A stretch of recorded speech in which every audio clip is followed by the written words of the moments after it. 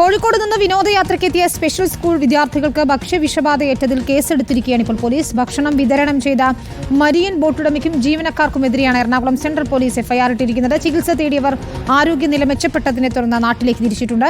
അല്ലമീൻ തോട്ടുമുക്ക് ചേരുന്നു വിശദാംശങ്ങളുമായി. അമീൻ, ഈ ബോട്ടിൽ നിന്ന് ഭക്ഷണം കഴിച്ചതാണോ കുട്ടികൾക്ക് ഇത്തരത്തിൽ ഭക്ഷ്യവിഷബാധ ഏൽക്കുന്നതിനിടയാക്കിയിരിക്കുന്നത്? ഇപ്പോൾ പോലീസിന്റെ തുടർ നടപടികൾ എന്താണ്?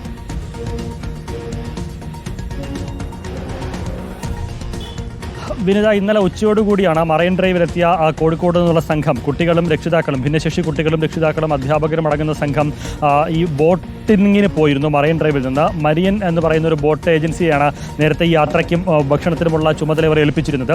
അവർ നൽകിയ പൊതിച്ചോറ് കഴിച്ചതിന് ശേഷം അതിൽ തന്നെ ഒരു മധുരമുള്ള തൈര് ചേർന്ന ഒരു കറി ഉണ്ടായിരുന്നു. അത് കഴിച്ചതിന് ശേഷമാണ്, അത് കഴിച്ചവർക്ക് മാത്രമാണ് ഈ ആരോഗ്യ പ്രശ്നങ്ങൾ ഉണ്ടായത്. ഛർദിയും വയറിളക്കും ഉണ്ടായതിനെ തുടർന്ന് ഇന്നലെ രാത്രിയോടുകൂടി അവർ കളമശ്ശേരി മെഡിക്കൽ കോളേജിൽ ചികിത്സ തേടിയിരുന്നു. ഇന്ന് രാവിലെ വരെ അവരിൽ പലരും ഒബ്സർവേഷനിലായിരുന്നു. അതിനുശേഷം ആരോഗ്യനില വീണ്ടെടുത്തതിനെ തുടർന്ന് അവർ കോഴിക്കോട്ടേക്ക് മടങ്ങുകയും ചെയ്തു. ഇവരുടെ മൊഴി രേഖപ്പെടുത്തിയതിനു ശേഷമാണ് എറണാകുളം സെൻട്രൽ പോലീസ് ഈ മരിയൻ ബോട്ടുടമയ്ക്കും അവിടുത്തെ ജീവനക്കാർക്കുമെതിരെ കേസ് രജിസ്റ്റർ ചെയ്തിരിക്കുന്നത്. കാരണം വൃത്തിഹീനമായ സാഹചര്യത്തിൽ പാകം ചെയ്ത ഭക്ഷണമായിരിക്കാം കൊടുത്തത് എന്നുള്ളതാണ് അനുമാനം. ഏതായാലും ഈ വിഷയത്തിൽ ബോട്ടുടമയുടെയും അതുപോലെ തന്നെ അവിടുത്തെ ജീവനക്കാരുടെയും മൊഴിയും രേഖപ്പെടുത്തിയും അവരെയും പോലീസ് വൈകാതെ ചോദ്യം ചെയ്തതിനു ശേഷമായിരിക്കും തുടർ നടപടികളിലേക്ക് കടക്കുക. ഈ ഭക്ഷ്യവിഷബാധയേറ്റ ആളുകൾക്ക് ഗുരുതരമായ ആരോഗ്യ പ്രശ്നങ്ങളൊന്നും ഉണ്ടായിരുന്നില്ല എന്ന് മാത്രമല്ല, ഈ ഭിന്നശേഷി കുട്ടികളാണ്. അതുകൊണ്ട് പെട്ടെന്ന് തന്നെ ചികിത്സ തേടിയത് കൊണ്ട് ആ അർത്ഥത്തിൽ ബുദ്ധിമുട്ടുകൾ ഒഴിവാക്കാനായി എന്നുള്ളതാണ് ആശുപത്രി അധികൃതരും ഒപ്പം ഉണ്ടായിരുന്ന സ്പെഷ്യൽ സ്കൂൾ അധികൃതരുമൊക്കെ വ്യക്തമാക്കിയിട്ടുള്ളത്.